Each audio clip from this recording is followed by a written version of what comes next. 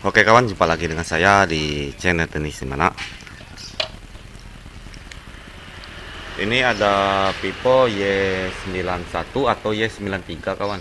Akan tetapi di sini yang punya HP sebenarnya dia beli HP rongsokan dengan kondisi tidak menyala. Dia juga tidak tahu tipenya. Akan tapi di sini kalau saya lihat ini untuk Y91 Qualcomm atau Y93. Jadi kita cek menggunakan kabel power supply. Dan ini kabel power supply saya letakkan di kaleng, dan yang positif saya arahkan ke soket baterai yang positif. Dia terbaca konslet. Saya coba di sebelahnya. Ya betul, konslet juga kawan. Jadi dua-dua ini konslet, akan tetapi untuk positifnya di sebelah sini kawan. Lalu kita cek keadaan mesinnya. Ini saya lepas. Ternyata di sini ada bekas korosi. Di slot SIM cardnya juga sudah ada bekas korosi.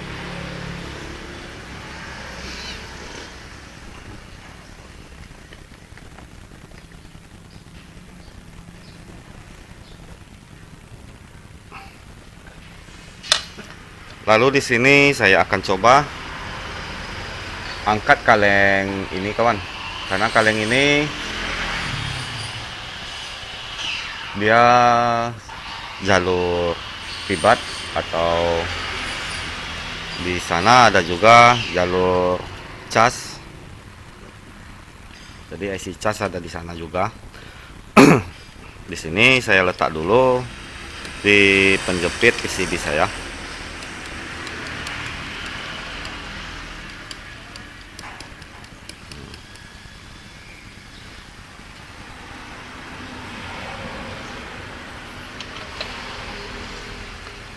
Lalu saya panaskan blower saya dengan suhu 360 dan angin di 1,5. Sini saya fokuskan dulu untuk kondisi gambarnya. Saya tambahkan plug. Jadi di sini saya tambahkan plug.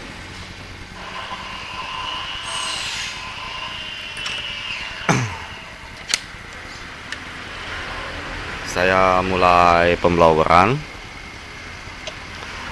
Saya dahulukan di sebelah sini kawan. Jadi sebelah sini saya dahulukan. Jadi untuk kameranya mungkin separuh kan dapat, enggak sepenuhnya, enggak tergapai sama mikroskop untuk melihat keseluruhan.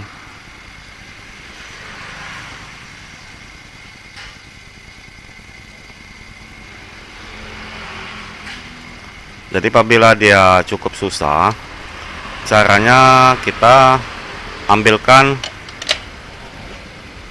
solderan. Itu solderan saya hidupkan. Jadi akan saya bantu dengan solderan apabila dia susah melepas kaleng ini. Bisa dibantu seperti ini. Jadi dioleskan aja seperti ini. Dan di tempat lain juga oleskan juga seperti ini. Maka dia nanti cepat melembut untuk timah-timahnya.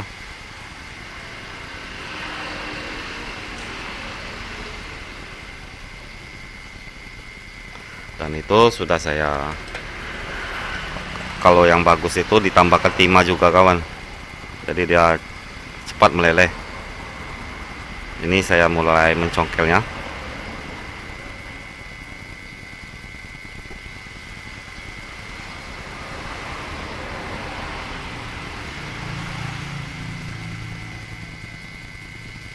Kadang mudah, terkadang kokoh kalau melepas kaleng ini, tapi jangan dipaksa, nanti melengkung mesinnya. Itu sudah bisa kita songkel, dan kita gerakkan mata blower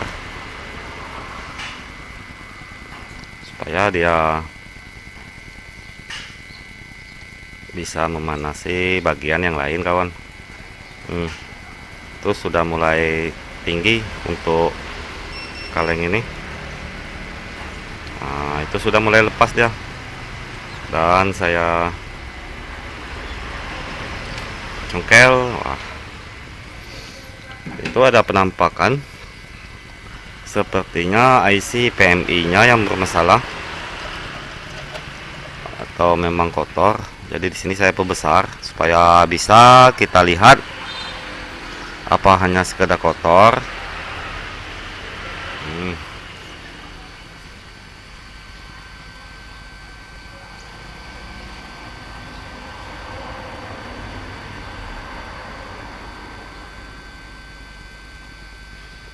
Maaf kawan, saya fokuskan dulu.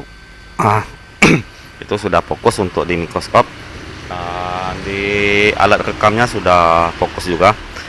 Di sini saya lihat apa memang seperti itu, hanya kotor. Saya perbesar, kita kikis sedikit, kawan. Oh, ini nampaknya hanya kotor ini, bukan karena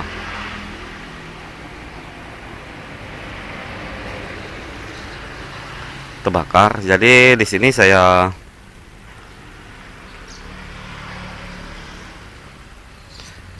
cek menggunakan diodamut.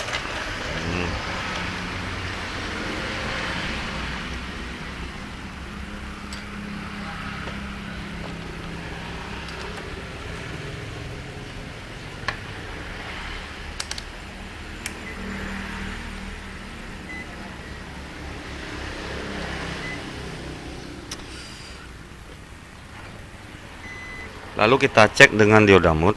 Yang prop merah di kaleng dan prop hitam kita arahkan ke kapasitor.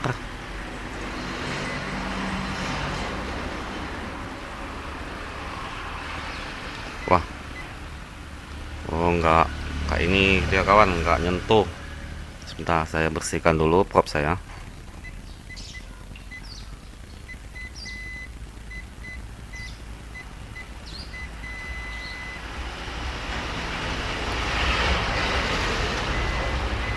Ini konslet, kapasitor ini tidak konslet, lilitan ini konslet. Jadi di sini saya langsung angkat untuk lilitan ini. Di sini saya panaskan lagi blower saya dengan suhu 360 dan angin di 1,5. Di sini saya mulai pembloweran.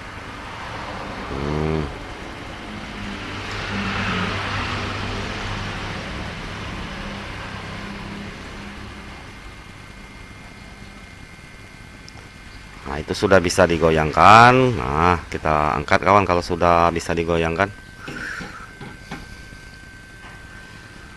Lalu saya sisihkan dulu ke sini untuk lilitan ini. Di sini kita bersihkan mesinnya dengan thinner supaya nanti mesinnya cepat dingin dan tentunya berguna untuk kita suntik tegangan nanti. Nah, jadi thinner sangat berguna bagi perbaikan, itu menurut saya. Saya tambahkan lagi thinner. Lalu di sini saya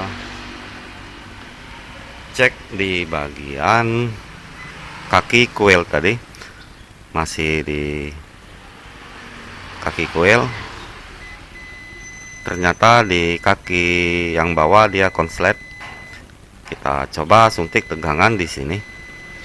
Oh ya, Untuk menyuntik tegangan kalau di coil, apalagi dekat IC PMI atau IC cas, itu nggak apa disuntik dengan tegangan 4 volt. Jadi di sini saya suntik tegangan 4 volt. Saya tambahkan lagi thinner.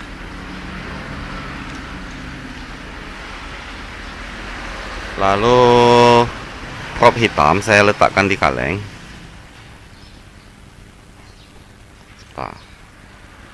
Sebentar. Nah, itu di kaleng probe hitamnya. Lalu probe merahnya untuk positifnya. Ini probe merah ini tegangan 4 volt.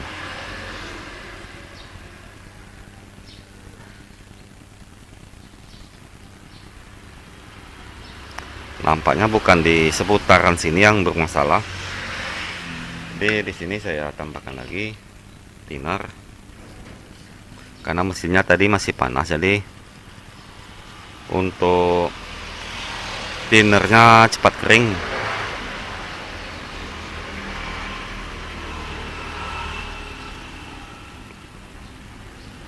Benar saja bukan di sini.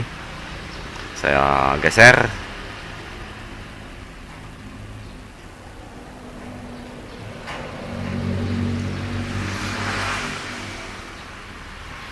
Itu tegangan 3,4 volt itu kawan, atau 3,9 volt. Nggak ada di bagian IC cas. Jadi di sini saya lanjut mengangkat kaleng area IC power. Nah, jadi saya akan angkat kaleng ini. Dan untuk pengangkatan ini, karena saya akan memotong kaleng ini, mungkin saya skip videonya. Saya akan menggunakan tang karena cukup memakan waktu. Ini saya kikis.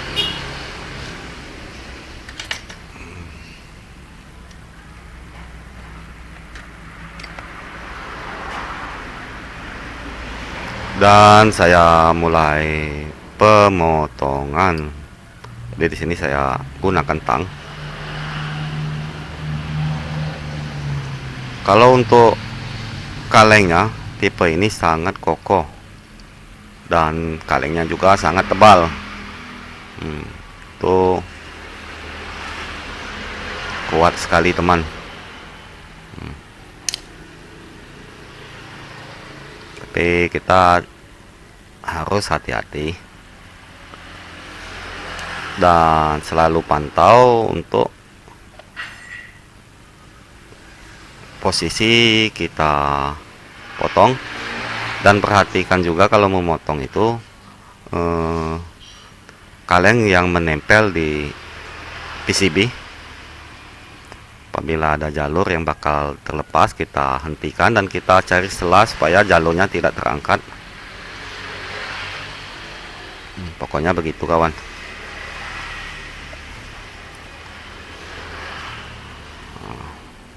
Ini saya pindahkan dulu multi saya karena mengganggu. Ini kuat sekali ini untuk kaleng ini.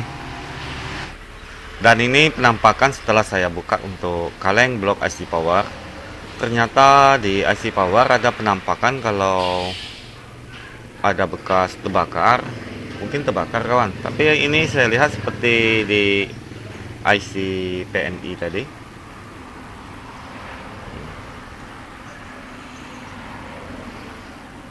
Tapi nggak tahu ini apa memang di sini permasalahannya. Nampaknya bukan kawan terbakar. Oh ya, bukan terbakar itu. Saya kira tadi terbakar. Ternyata bukan. Di sini saya coba cek untuk kapasitor atau lilitan. Probe merah letak di kaleng dan probe hitam kita arahkan ke kapasitor.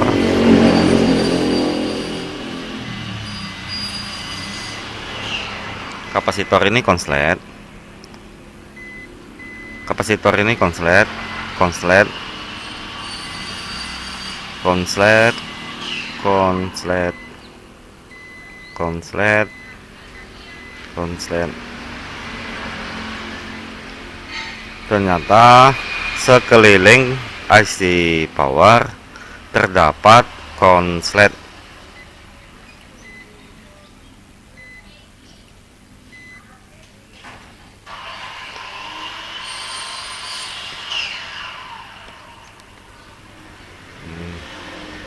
Ini saya perjauh supaya luas jangkauan untuk pengecekan. Ini konslet.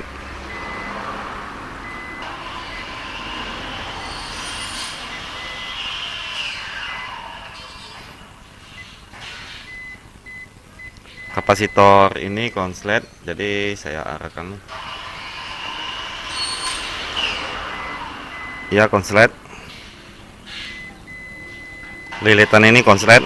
Jadi di sini saya coba dulu angkat lilitan ini. Mudah-mudahan bukan IC ini yang konslet.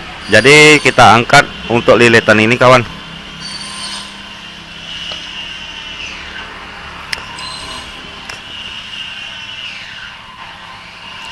Di sini saya panaskan blower saya dengan suhu 360 dan anginnya masih di 1,5.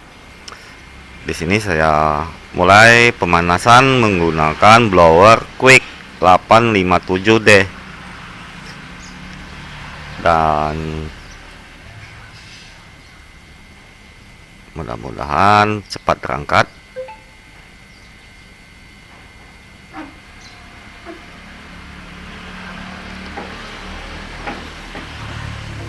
Waduh, ternyata blower saya belum disetel.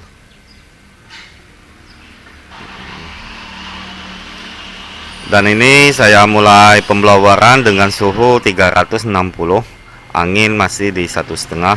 Jadi kita angkat dulu untuk lilitan atau kuil ini, karena kita cek tadi menggunakan dioda mode, dia ada penampakan konslet. Ini tujuannya mengangkat kuil itu supaya kita enak menyuntik tegangan dengan nilai 4 volt.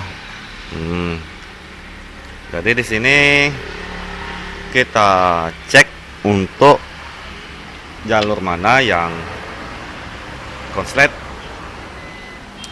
Jadi kita cek lagi menggunakan dioda mode, prem merah di kaleng dan probe hitam. Waduh, ternyata sebelah kiri dan ini mengarah ke IC power.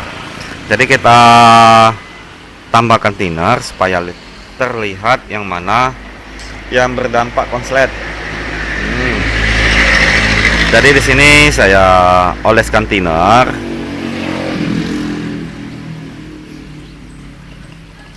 Kita perjauh dulu untuk jangkauan kameranya.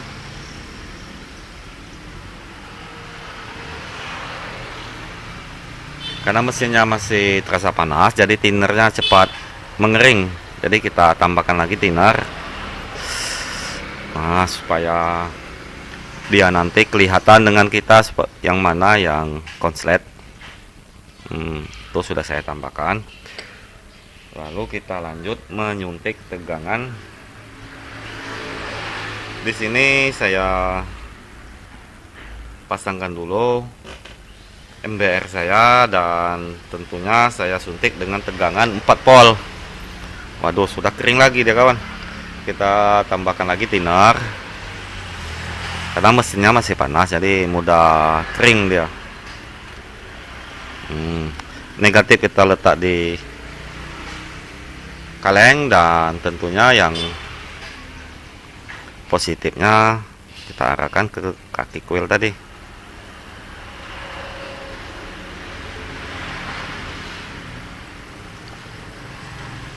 Wow, kawan, belum ada penampakan kalau ada yang bakal berasap. Ya, betul. Di sini saya tambahkan lagi thinner. Waduh, belum ada penampakan ini, teman. Jadi bingung kita. Nah, ini saya perbesar. Kita lihat dulu babak ini. Jadi kita lihat dulu sekitar ini, karena kalau diperjauh tidak jelas.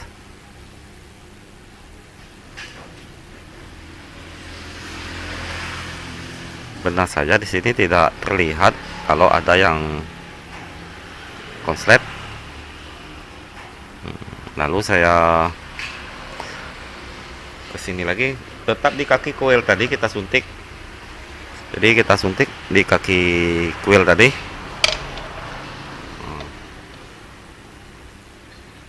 Jadi kita suntik di kaki kuil ini kawan. Kita perhatikan dekat IC power.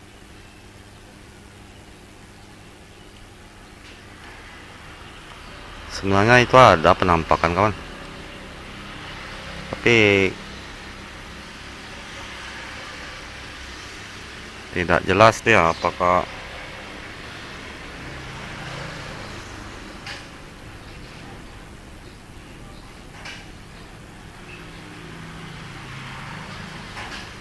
itu kawan, kapasitor ini ternyata, waduh, biang keroknya itu alhamdulillah bisa terlihat dengan kita kawan. Itu perhatikan kapasitor ini. Di sini saya tambahkan lagi thinner. Dia tidak terlampau kuat mengeluarkan efek.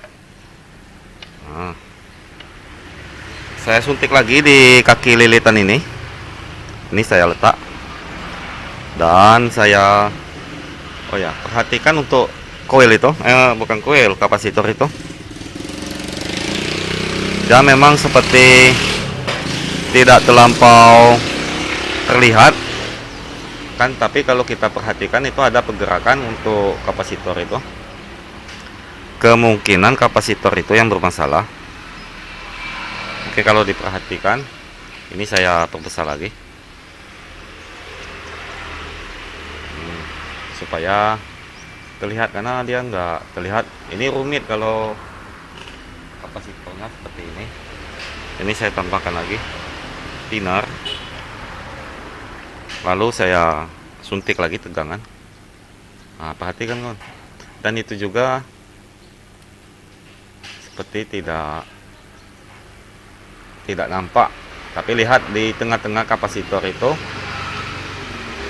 dia terlihat kepanasan setelah saya suntik. Jadi kita coba congkel kapasitor itu. Di sini saya akan congkel aja untuk kapasitor itu, karena kalau di blower nanti akan bermasalah di IC power, karena posisinya sangat dempet. Di sini saya congkel. Itu sudah saya congkel, dan kita cek kembali kapasitor di dekat ini tadi kawan. Benar saja dia ada nada-nada cantiknya berbunyi. Itu nada cantiknya. Jadi kapasitor ini yang bermasalah. Kita buang, lalu kita cek kembali menggunakan dioda mode. Ini saya perbesar.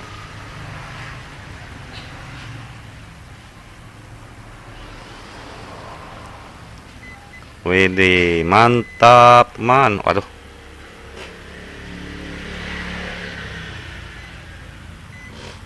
kita cek kembali kawan. Waduh, mantap betul. Ternyata konsletnya sudah kabur, tidak ada lagi. Kaki lilitan ini sudah jos. Lalu di sini saya tambahkan sedikit timah supaya enak pemasangan koil atau lilitan tadi. Tidak lama-lama kita memblowernya. Jadi ini trik sepele tapi cukup bermanfaat. Kita harus menambahkan timah dulu sebelum kita blower, supaya blowernya tidak lama-lama. Wah, nggak gapai dia. Jadi ini saya putar karena saya menggunakan mata solderan yang cukup besar. Nah, itu saya tambahkan timah. Itu tujuannya supaya kita tidak lama-lama memblowernya nanti, apalagi belakangnya ada IC CPU atau MMC. Wah, itu tadi nempel ya kak. Kita pisahkan, karena kalau tidak dipisahkan bahaya. Nah, itu sudah saya pisahkan. Lalu saya blower lagi dengan suhu 360, dan coil atau lilitan ini kita pasangkan kembali. Waduh, nampaknya bukan coil yang itu kawan, itu tadi di belakang. Nah, ini di sini tempatnya tadi. Ini saya blower.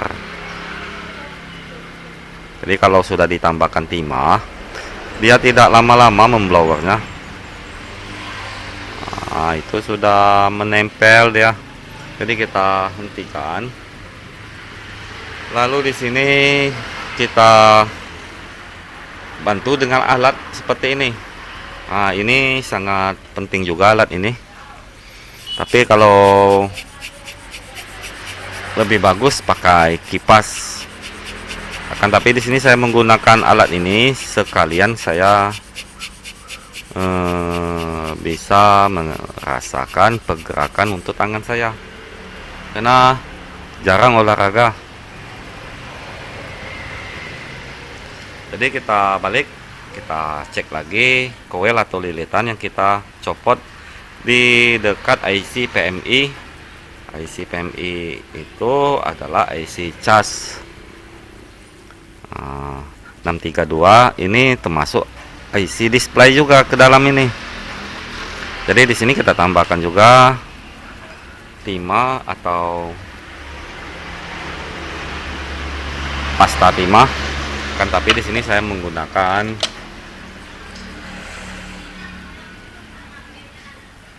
kawat timah seperti ini. Saya tambahkan. Aduh, nggak kena dia.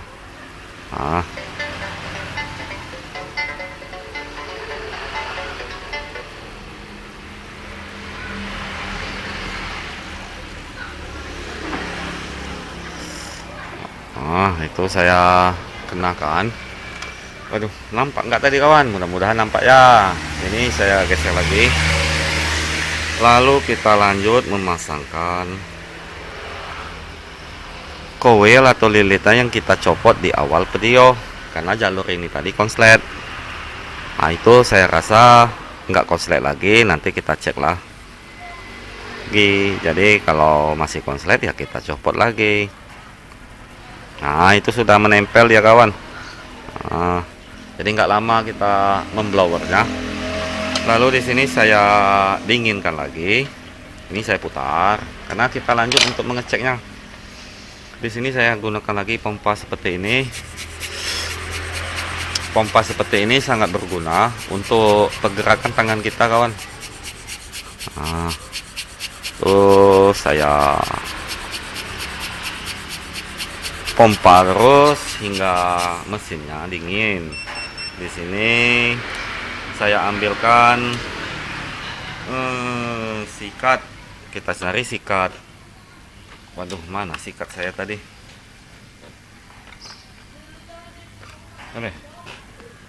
Hilang sikatnya.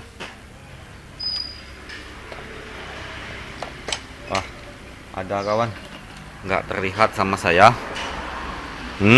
Kita kuas. Nanti kita cek apakah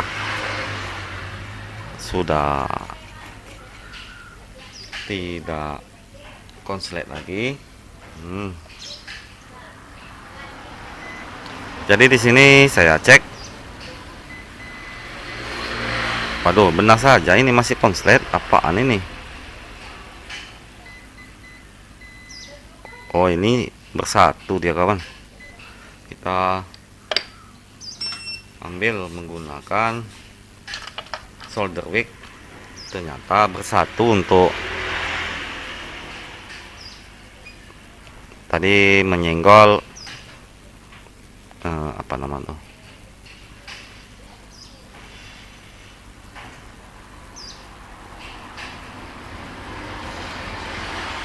wah ini saya blower sekali lagi kawan. Jadi terkadang memang begitu, kita harus lebih teliti, karena kalau tidak teliti ya ini contohnya dia bersatu, padahal kaki koil ini tak boleh bersatu ke, jadi saya dorong aja seperti itu.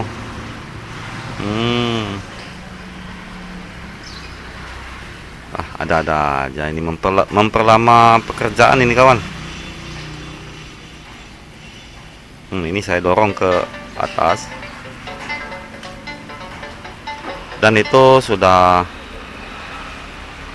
tidak bersatu lagi. Di sini saya cek menggunakan dioda mode, ternyata tidak konslet lagi untuk coil yang kita cek pertama kali di awal video. Ya betul.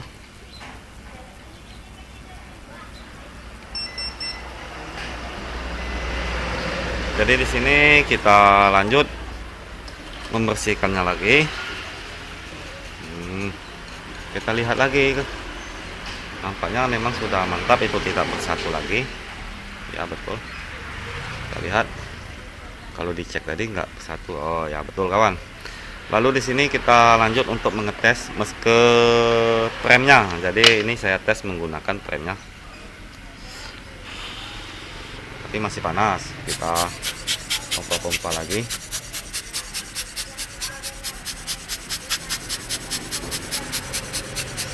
Beneran kawan, masih sangat panas ini.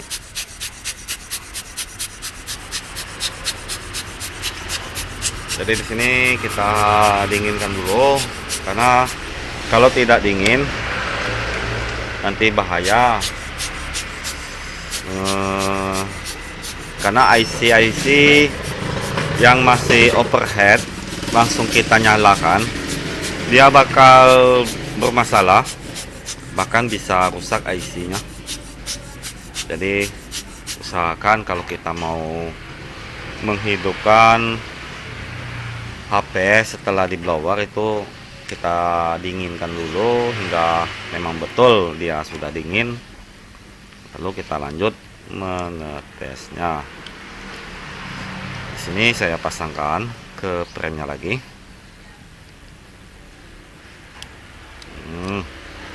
Itu ada bunyi klik. Kalau bunyi klik berarti HP ini sudah tidak konslet lagi. Ini kemungkinan baterainya tadi lupa saya menyuntik tegangan, akan tapi di sini kita cek dulu untuk daya baterainya.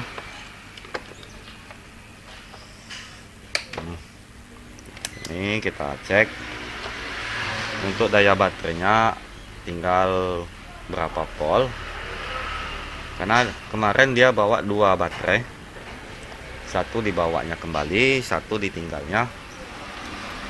Ini kita cek dulu, ternyata baterai ini kosong.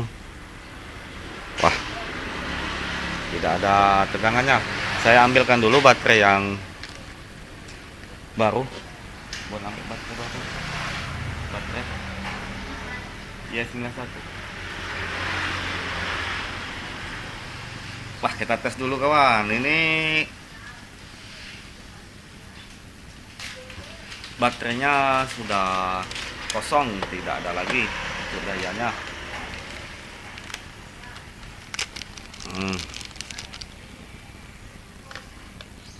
Ini saya tes menggunakan baterai yang lain, karena kalau mau menyuntik tegangan memakan waktu lagi.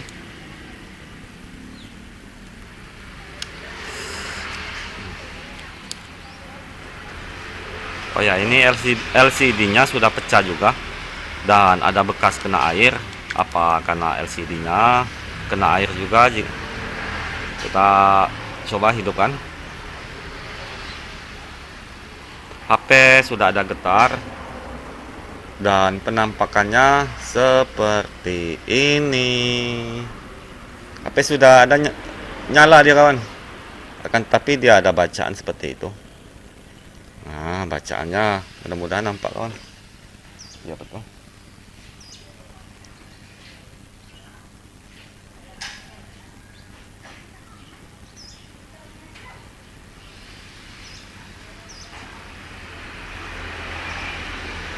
Nah, dia balik lagi itu. Dia mati atau merestart.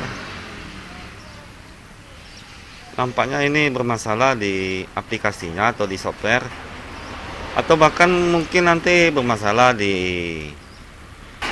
MMC-nya. Karena kalau MMC urgen, dia aneh-aneh perintahnya.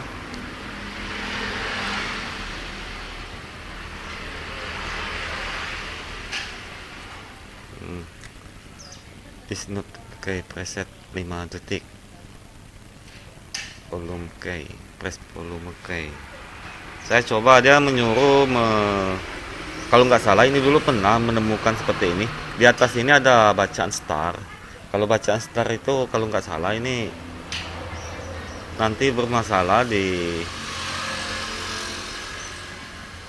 tapi kita coba aja nanti di flash akan, tapi tidak saya lihatkan untuk flash karena tugas kita sudah selesai. HP ini sudah bisa menyala, dan untuk penyelesaian berikutnya kita konfirmasi dulu sama yang punya HP ini. Oke kawan, semoga bermanfaat tutorial saya ini tadi, dan tentunya jangan lupa untuk dukung channel saya ini dengan cara like, komen, dan subscribe, dan tentunya bagikan channel saya ini ke teman-teman Anda. Semoga kedepannya channel ini cepat berkembang dan saya semakin semangat mengupload video tutorial yang bermanfaat. Oke, sekian dan terima kasih.